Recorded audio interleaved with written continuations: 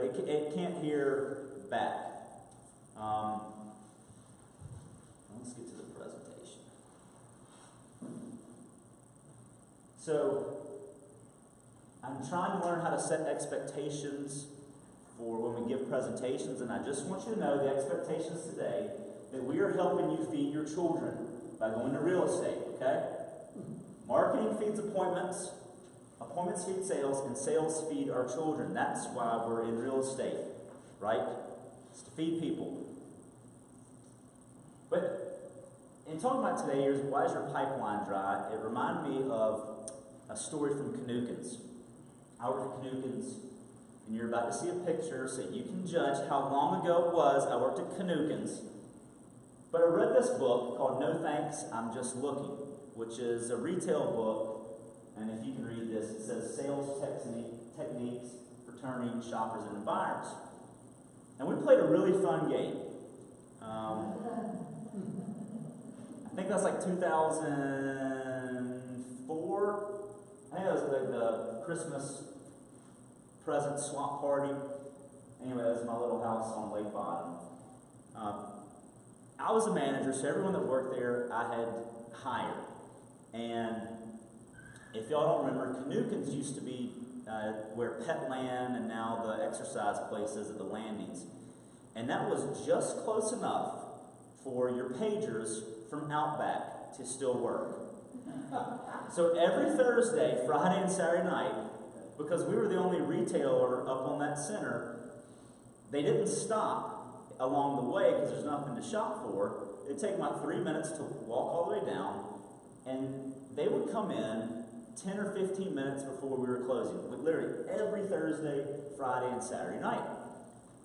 And so a lot of the staff said, Reynolds, can we please lock the door? Outback, like you could see them, like 5 people, Outback's coming. I was like, you know what? That's not how we would treat someone at, 1 o'clock in the afternoon or 3 or 4 o'clock. I said, these are customers. Our sign says 7 p.m. We need to take care of them. So I decided we'd play a little game called The Takeaway. And it was something I picked up from the book. And it's really easy. That book was all about getting people to talk to you. And if you could get people to talk to you, then you could learn if you could actually help them, or you could learn if there was someone they knew that you could help. And so people would come in, and what do you think the first thing they would say when you ask, welcome to Canukins, how may I help you? What do you think they would say? I'm just looking. Most of them would say, yeah, I'm just waiting for a table at Outback. And so I created a little script. We'd say, great, I love Outback. What do you like to look at while you're killing time? And since they're like, oh my gosh, it's okay to come in here and kill time. Well, no, really, you only have like 8 minutes left before we lock the door and kick you out. But people would relax. And believe it or not, folks do like to look at things while they're killing time. That's why they call it killing time. They're waiting for something, and why not give them something fun to do? So we would rotate every Thursday, Friday, and Saturday night. A different employee would be responsible for attacking or greeting someone from Outback at the door. And the rest of us would do the shutdown duties. And really, I wanted the employees to learn how to become better salespeople. It was a no-risk situation. You knew that person didn't have time to really make a big decision and spend $300, and there was no obligation for them to purchase any product we were selling. So I used it to help them get comfortable talking to people. And what happened is, they became better at talking to people during the rest of the day. Not just that last 15 minutes, but that was a chance for them to practice their skills, practice talking to someone that was just looking. Because really, everyone that walked in that door is like, I'm just looking. Like, yeah, that is in fact why we have this store, so you can walk around and look at the stuff we're selling, so we can help you decide what you want to purchase. But that's even more difficult now, because where is everybody looking? As John said, they're looking on their phone. So you never get the chance to make that sale, which is why the communication is so important. But the goal is to always get people talking. If you can get people talking, have a conversation, you can learn a lot about them. question we want to answer today, and feel free to answer if you know, what source should provide you with 90% of your business each year? What do you think it is?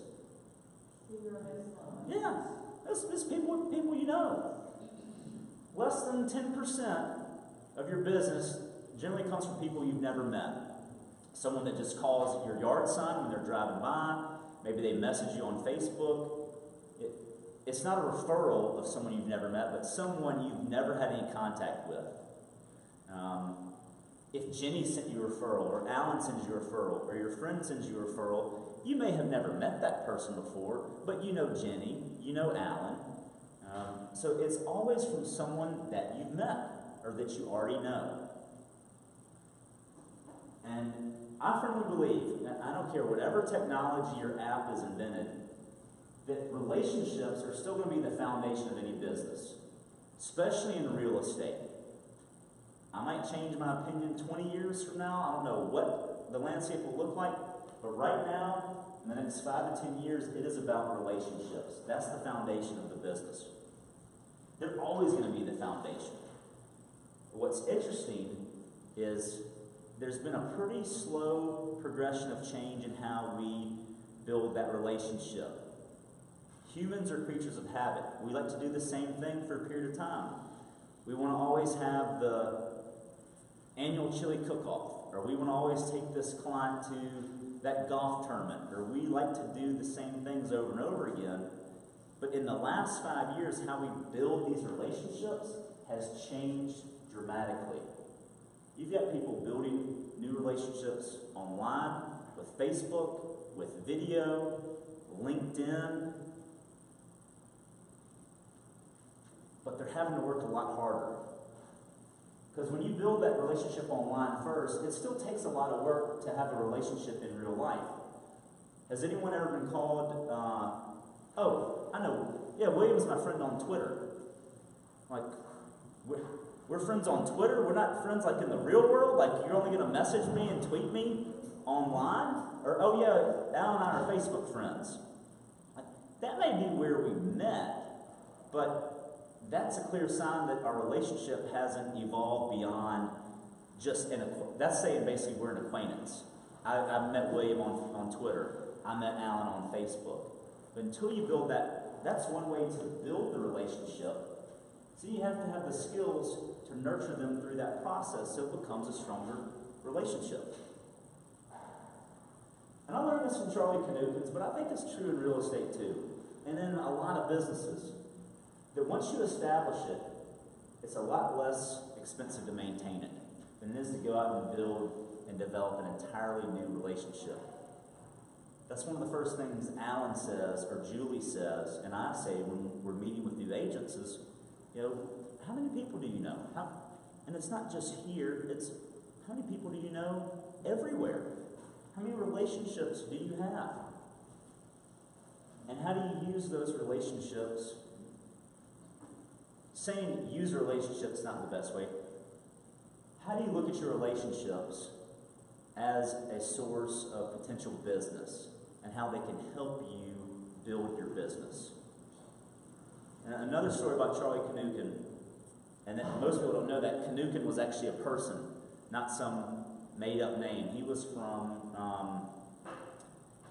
Wisconsin or Minnesota, and when I started working for him, people would always come in, and since they knew me, they'd say, Reynolds, hey, we're selling signs for the football field, or you want to buy an ad in this program? And I'd always pass those along to Charlie, and Charlie would just say, no. Oh, God, that's easy. He's in Auburn. I'm going to see this person next week when they come by like a $300 North Face jacket. I'm going to have to tell them, no, we're not buying a $25 ad in their program. That's because Charlie spent 85% of his budget, marketing budget, on his existing customers and clients, on people he already knew. One thing he did that worked really well is he had I don't know if you ever had a shoe rewards card. If you bought shoes at Canukins, they'd give you 10% back in a rebate card, and it would expire in 6 months, which is typically just shy of when you should be buying new running shoes or a new pair of shoes. Good running shoes, if you're running a lot, don't last longer than 6 months.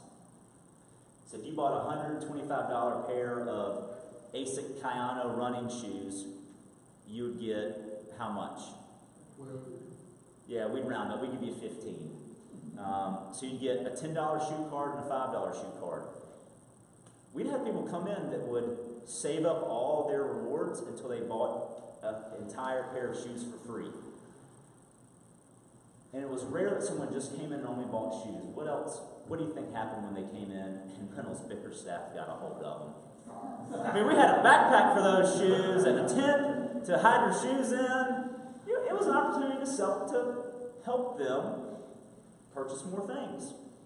But I took note of that. I'm like, God, that is so much easier to ask someone that's already had a great experience, give them a reason to come back and have another experience with you. He spent very little money on attracting new customers.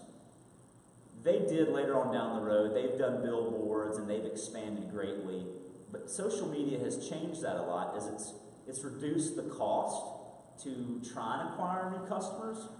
But if you think about direct mail and some of the traditional strategies, that becomes really expensive. But because Charlie did a great job of taking care of his customers, what do you think his customers did? Yeah, they told people, hey, where'd you get those shoes? I got these shoes at Canucans. You know, they gave me a reward card. I only paid $55 for these. What you didn't tell them, Jen, is that you spent like $300 on shoes to get that discount.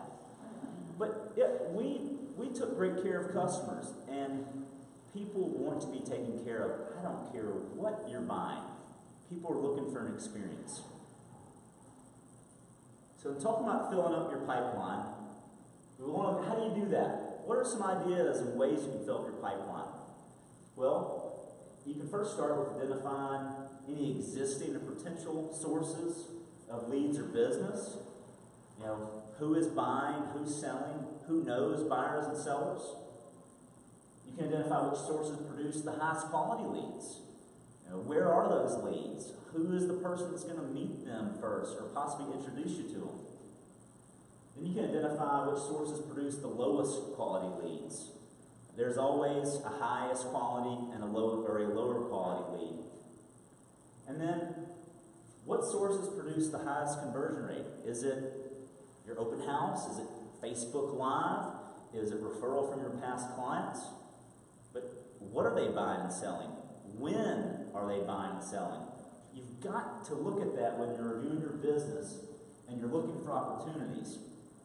Because did anybody watch Looney Tunes growing up? Okay. You know, in the cartoon, they'll pinch the hose or they'll tie something around the cannon and they go to fire it and this huge bulb starts coming through and then boom! You don't want that to happen with your business. When just a flood of it comes and is overwhelming that you can't handle it, and then you've got nothing else coming down the pipeline. It takes a while to get consistent, but if you want to fill up your pipeline, you need to be looking at the different areas and the frequency and the timing. Y'all work with people enough to know some folks take a lot longer to go through this process. Some folks, they want to get through it as quickly as possible. So you have to look at that so you don't clog your pipeline up too much. And then what are some techniques? Julie sent me a list over the weekend, and if y'all have been to her classes, there are lots of other techniques. But even though new relationships may be 10% or less of your business, you still got to focus on building new relationships. So how can you forge new relationships? Maybe it's doing something with your past clients, social media, blogging. I should have added podcasting. And I'm amazed how much podcasting is growing now. And it might grow even more now that Georgia's hands-free. Now none of us can watch YouTube videos as we're driving down the road anymore. I know y'all are doing that. I'm guilty. Civic clubs, Rotary, Chamber, yeah. There are all kind of things you can do to be building new relationships, and so you've got to look at the methods that you can apply. And I love this quote. I love a lot of things Jim Rohn says. The success is just a study of the obvious. Everyone should take obvious 1 and obvious 2. And it reminded me of when we first started the concert series in Uptown. There weren't that many people going down there. But once the Friday night concert series hit the threshold of around 1,000, some of the merchants started complaining because we were blocking off the street. And customers couldn't get to their stores during the late afternoons, 4 or 5 o'clock, when we were getting set up. But then what do you think was happening at 7 or 8 o'clock at night? Stores were closed, and there were 1,000, 2,000 people standing outside of these storefronts. And we worked really hard with some of these merchants to think about changing their strategy. I mean, how obvious is that? You've got 1,000.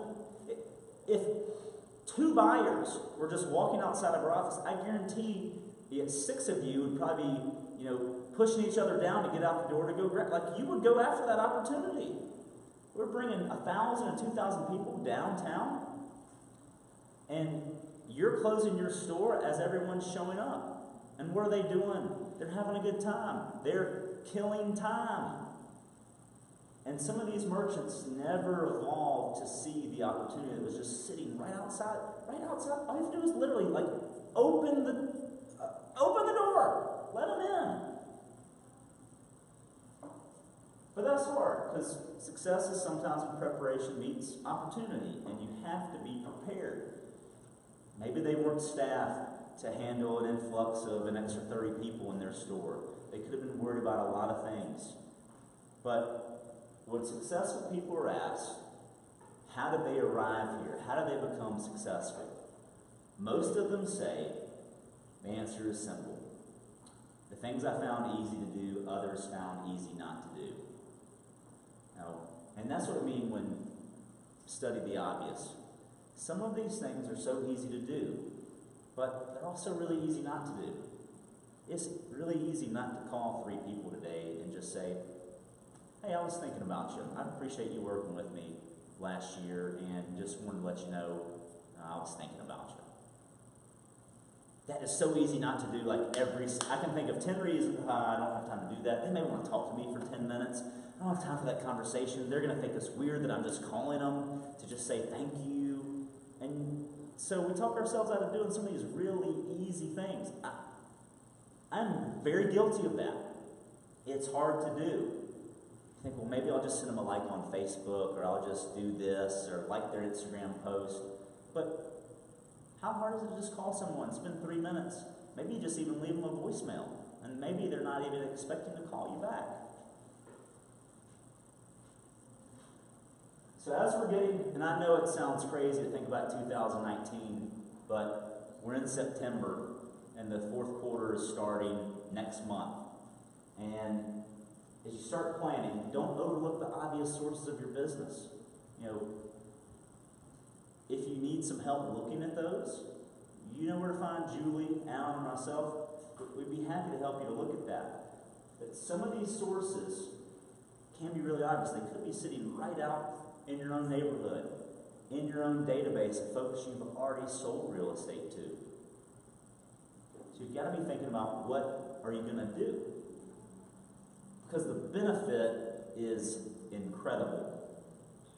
The benefit of filling up your pipeline and having the discipline to keep it full every month is that soon you realize there is an unlimited supply of business out there for you and everybody. If we didn't think there was enough business for everybody, Alan and I wouldn't hire any more agents. Why would we hire someone if we didn't think they could be successful selling real estate or bring on existing agents? There is plenty of business in this market for everybody that wants to have business. But you've got to just look at what the sources for you are. They're going to be different than the person sitting next to you. And that's what makes real estate great, is you can decide on what kind of business you want to own and operate and run, and how you can fill that pipeline up. And if you don't have a lot filled up in your pipeline, or you you don't have a lot of new relationships that you built, then go out and make some and contact them frequently. And here's the most exciting news. There are a lot of people to talk to. All you gotta do is talk to them. And it's so timely what John said is people are not talking to each other anymore. That is becoming a lost art. Communication. Just, you don't even have to have empathy. Just talking to someone, not texting, not messaging. People they don't realize how important that is for them and how important it is for us. And that's at the core of our business, is learning how to communicate with our clients so we can understand how to meet their needs. And the agents that succeed at that, it is unlimited, because there are so many other people that are not doing that. Those are the agents that are at other companies where brokers aren't helping them learn how to do that. If you just take the time to learn some of those skills and build those relationships, I promise you, your clients will help you build more new relationships with their friends, families, and their sphere of influence. They won't think twice about doing that. So, stick around for the Lunch and Learn, and look forward to helping y'all build and nurture some existing and new relationships. Thank y'all. Yes, ma'am.